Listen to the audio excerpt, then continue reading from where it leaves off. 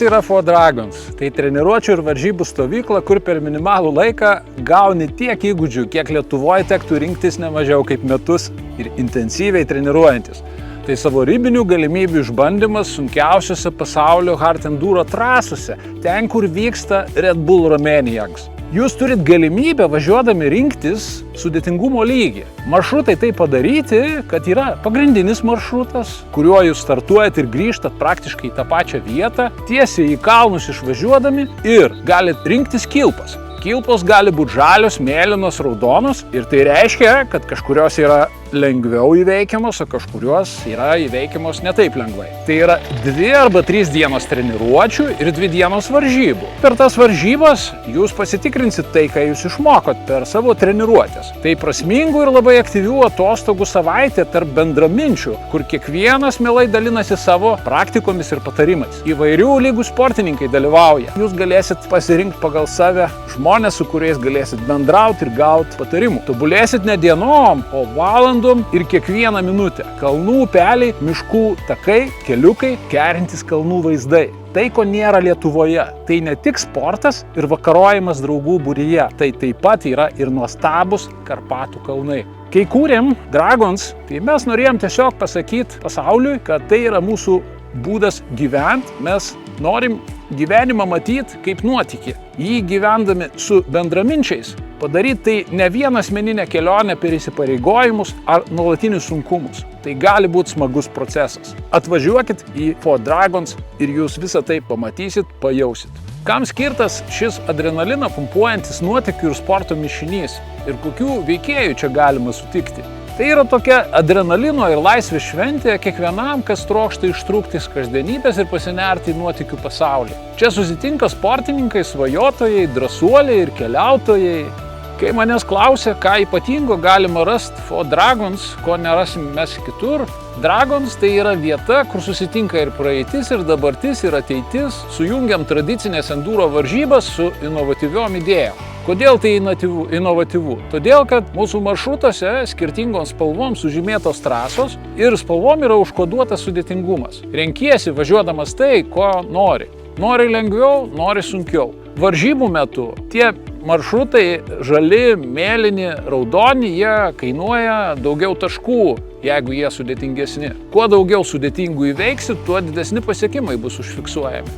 Mūsų renginys yra kaip atviras kvietimas į žaidimą, kur taisyklės rašomės patys, remdamisi tomis patirtimis, kurias mes turim kiekvienais metais. Varžybos ir stovykla vyksta jau ne 1 metus.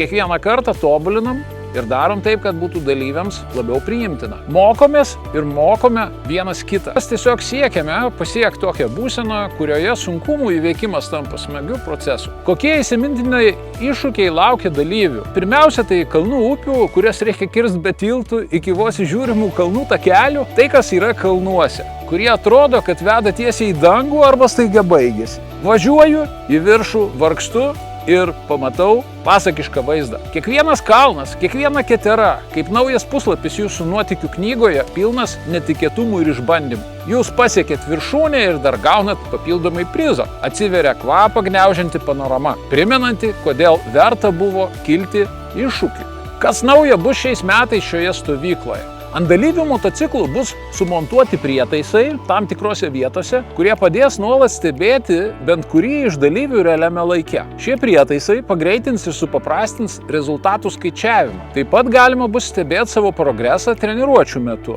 Ir svarbiausia, dalyviai gaus galimybę saugiai treniruotis, žymiai saugiau treniruotis, kadangi jie bus matomi ir organizatoriams, ir savo komandos draugams. Galima bus atsidaryti appsą ir tame appse pamatyti, kur kas randasi. Šiais metais stovyklos dalyviai turės galimybę taip pat išbandyti elektrinį motociklą Starvark. Kad neatsilikt nuo progreso, mes nusprendėm taip pat duoti žmonėm išsibandyti tą stebuklą. Tie, kurie nedalyvavo pas mus stovykloje, klausė, o kaip reikia ruoštis stovyklai ir varžyboms. Pirmiausia, rekomenduojam gerai pasiruošti kaip motociklą, taip ir ruošti fiziškai save, savo kūną. Taip pat reikia ruoštis ir psichologiškai. Būkite pasirengę viskam. Nuo techninių gedimų iki netikėtų oro pokyčių. Taip pat galit labai nustebti, kad galit daugiau negu anksčiau įsivaizdavo. Idealiu atveju važiuokit su savo komandos arba treniruočių draugais, su tais, kuriais jūs treniruojatės. Tai yra idealus variantas tam, kad tiesiog kartu tobulėtų. Tuomet jūs galėsit namo grįžę toliau treniruotis tokiu pačiu tempu ir visi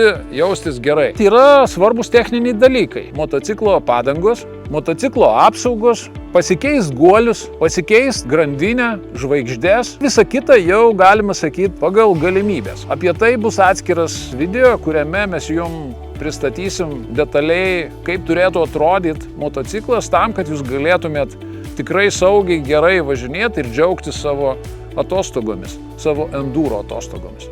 Ką naujo galima atrasti apie save įveikiant Four Dragons trasas? Atrasite savo nežinomas savybės pirmiausia. Galbūt slėptą drąsą, fizinės ištvermės rezervą, ar net naują aistrą ekstremaliam enduro sportui. Jeigu važinėjate miškeliais ir važinėjate 3 ar 4 metus ir vis neapsisprendžiate, kad jums galbūt reikėtų kažkiek ir sporto, tai čia jūs galite labai greitai pakeisti savo požiūrį į sportą. Jūs galite tikrai pasiekti labai daug per trumpą laiką ir galėt dalyvauti varžybose. Jūs pažinsit save ne tik iš fizinių galimybių pusės, bet ir suvoksit savo asmeninę psichologinę galią. Suprasite, galima padaryti daugiau negu įsivaizduoji daug kartų. Kodėl Four Dragons yra ta patirtis, kurią tikram hard enduro entuziastui ir sportininkui neprotinga būtų praleisti? Pirmiausia, tai yra daugiau nei varžybos ar tiesiog sporto stovykla. Tai yra nuotykis, kuris transformuoja. Tas nuotykis, kuris transformuoja jūsų aplinkos ir savęs supratimą.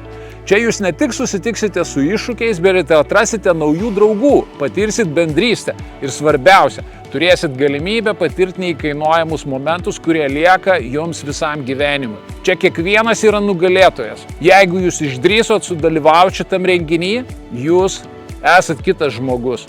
Kokia yra varžybų programa? Atvykstama iki birželio 16 dienos vakaro, galima anksčiau, galite tiesiog klausti, rašyti savo užklausose, registracijui, kad norit anksčiau atvykti.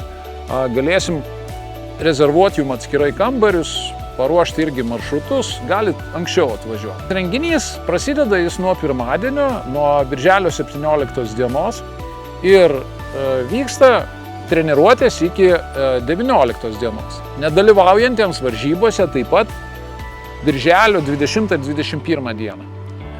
Birželio 17 ir 19 dieną, galbūt 18 valandos trukmės kvalifikacinės varžybos.